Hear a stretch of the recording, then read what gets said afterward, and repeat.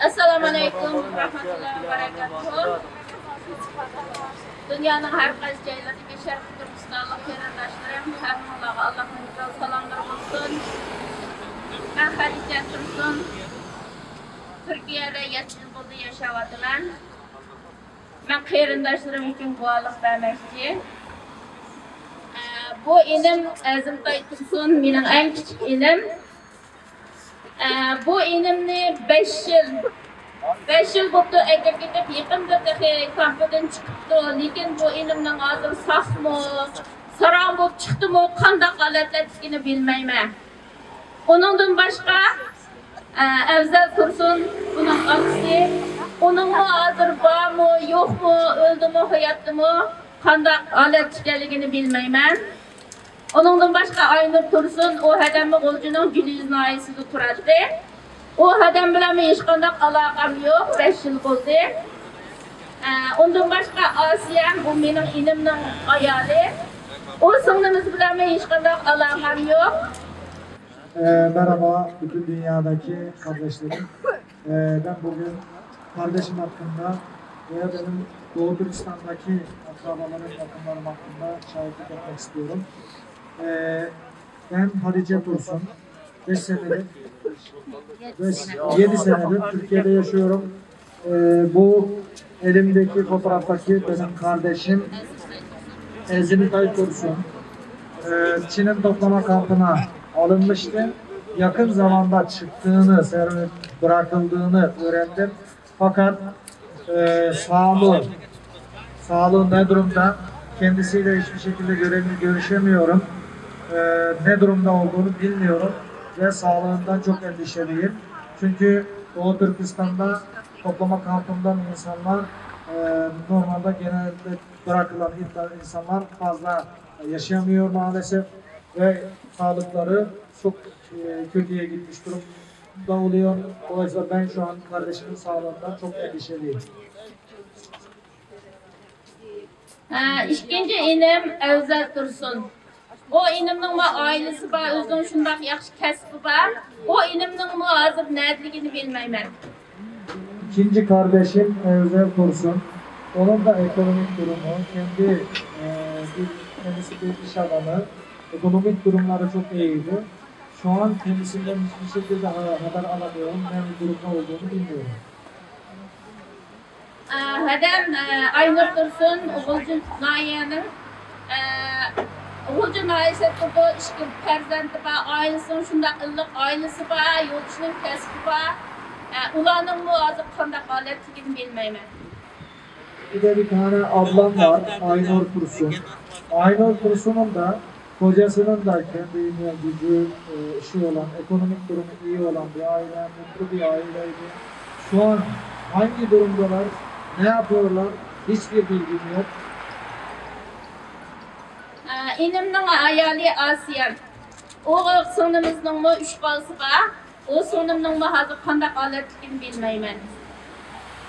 Ve Asiye, kardeşimin hanımı, 3 çocuğu var. Şu an onların da hiçbir şekilde haber alamıyorum. Ne durumda olduğunu bilmiyorum. Eğer ularni kampılağı soluğan bolsa, o inlerimnin kampıga kirip, ulardan eğitim ağıdak hiç qandaq nərsi yok. Ular şundaq özü ilimlik, ticaretini şundaq yaxşı kılıvatqan, ailesini şundaq yaxşı beqivatqan, balalarını mekteplerde okutuvatqan, ularning hiç qandaq kampıga kirip eğitim aldığan ihtiyacı yok. Alo. Yukarıda saydıklarım kardeşlerimin hepsinin ekonomik durumları iyi. Tamam, herhangi bir meslek eğitimine ihtiyacı olmayan, kendi mesleği olan, ekonomik durumları, işi, gücü olan, mutlu aileler, bugün 2017'de kadar hiçbir şekilde haber alamıyorum ve kendilerinden çok endişeliyim. Eğer toplama kampına alındıysa ne durumda bu konuda hiçbir şekilde bilgi vermiyor. Tamam. Ben Çin hükümetinden bu qarindaşlarım qiyada nemish qilyapti, hozirgi ahvoli qandaq, bulardan hesap verishini so'rayman. Hadi Allah'a emanet. Ben Kolay gelsin Çin size. hükümetinden bu kardeşlerimin şu an nerede, ne durumda, toplama kamplarında mı, evlerimde mi, 21. yüzyılda kendi ailemle iletişime geçmem bile mümkün olmayan bir durumda yaşıyoruz. Çin hükümetinden bu sorulara üzerine bir hesap vermesini istiyorum. 13 yılın altında benim ikinci elim Erkin Tursun. 3 yıllık Gulcu'nun Dadamtı türmesiga elbir gidip şu türmede kış mezgili Gulcu'da soğuk ve katlı bulundu. 13 sene önce benim bir diğer kardeşim Erkin Tursun Çin'in hapishanelerine atılmıştı. Çin'in Doğu Türkistan Gulca şehri kışın çok soğuk olan bir şehir.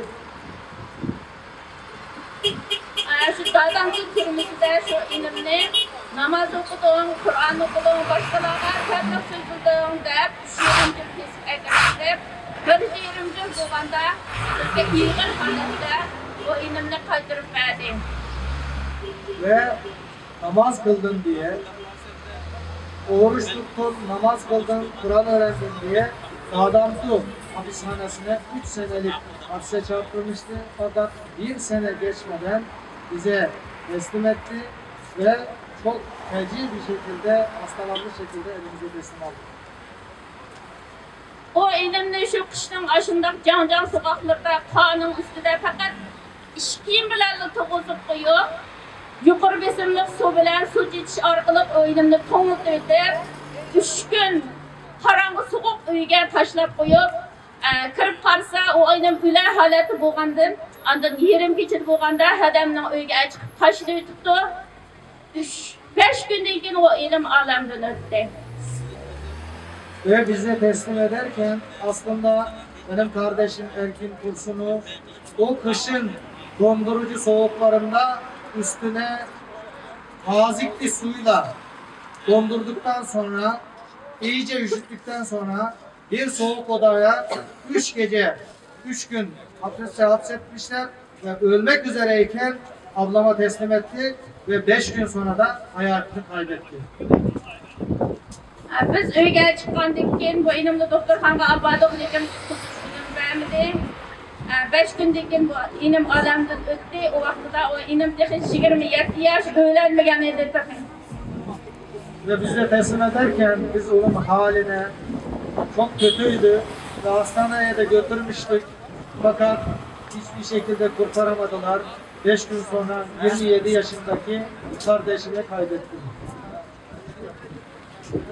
3 yıldan keyin 10 yıl bo'ldi uning aksi Nurkay Tursun 7 yıl kesilib Gulcu'dan Ürümçi'de dönüştürümge ektildi. Ama 3,5 yıldan keyin ölügünü verdi türmeden. Ve o kardeşimden sonra 3 sene sonra abisi Nurkay Tursun'u yine hapse çarptırdılar ve 3 sene sonra hapisten ölü olarak bize teslim ettiler. Benim 5 erkek kardeşim vardı. Bu 5 erkek kardeşim öldürüldü. Hazır kardeşimden neredeligini, qanday holatini bilmayman. Mening opamni 42 yaşında muşu Çin hükümetinin keç-kecilab uylarimizga bostırib kirishi bilan opam 42 yaşında yaşlam olamdan o'tdi. Yani benim 5 tane erkek kardeşim var. Bunların 3 tanesini Çin bu şekillerde türlü yollarla katlettiler ve anası olan annem 42 yaşında çünkü sürekli eve baskın yapıyordu ve annem de 42 yaşında o kadar genç olmasına rağmen dayanamayıp hayatını kaybetti. 3 yıldan keyin dadam bu inlerimden ki to'lib bostırib kirib aytib ketishgan dadamni qandisida dadamni olamdan o'tdi. Ve anamın kaybettikten sonra 3 sene sonra bu kadar acı, bu kadar psikolojik baskı neticesinde babamızı da kaybettik. Bizim şunday bir iliq ailemizni faqat bizim Uyg'ur bo'lib qolganimiz, bizim musulmon bo'lib qolganimiz, faqat Allohni tunib qolganimiz uchunlar bizning bir iliq ailemizni bu Çin hükümeti berbat qilib o'tdi. Bizim mutlu mesut bir ailemizi biz sadece Uygur olduğumuz için, sadece Müslüman olduğumuz için, sadece Allah'a ibadet ettiğimiz için paramparça etti. Az önce de anlattığım gibi kardeşlerimizi öldürdü. Anamı da babamı da dolaylı olarak öldürmüş oldu. Endi men bu Çin hükümetinden hazır kalan bu hedem singlim iki inim üçün bularning qanday holatda saqmi, hayotdimi, qaysi holatda bo'lsa men bilan ko'rishtirishini so'rayman. Ve ben şu an Çin hükümetinden benim ablam ve kız kardeşim ve diğer erkek kardeşlerimin de hayatta kalan kardeşlerimin şu an ne durumda olduğunu bir an önce bana bir açıklama yapmasını, onların sağ olup olmadığını bana bildirmesini, bana hesap vermesini söylüyorum. Bundan keyin bu davomli ben mashada turish qarindoshlarimiz surishni qilaman. Toki sening hayotim, tiniqim to'xtaganga qadar bu da'vodan hargiz voz kechmayman. Qarindoshlarimning hisobini bersin. Allohga omonat bo'linglar. Bundan sonra ben hep burada olacağım. Ta ki şu an hayatta kalan o kardeşlerimizin ne durumda olduğunu, hayatta kaldığını da bilmiyorum. Ama bir bilgisini alana kadar, onları Çinlilerin zulmünden kurtarana kadar, son nefesime kadar burada bu mücadelemi sürdürmeye devam edeceğim.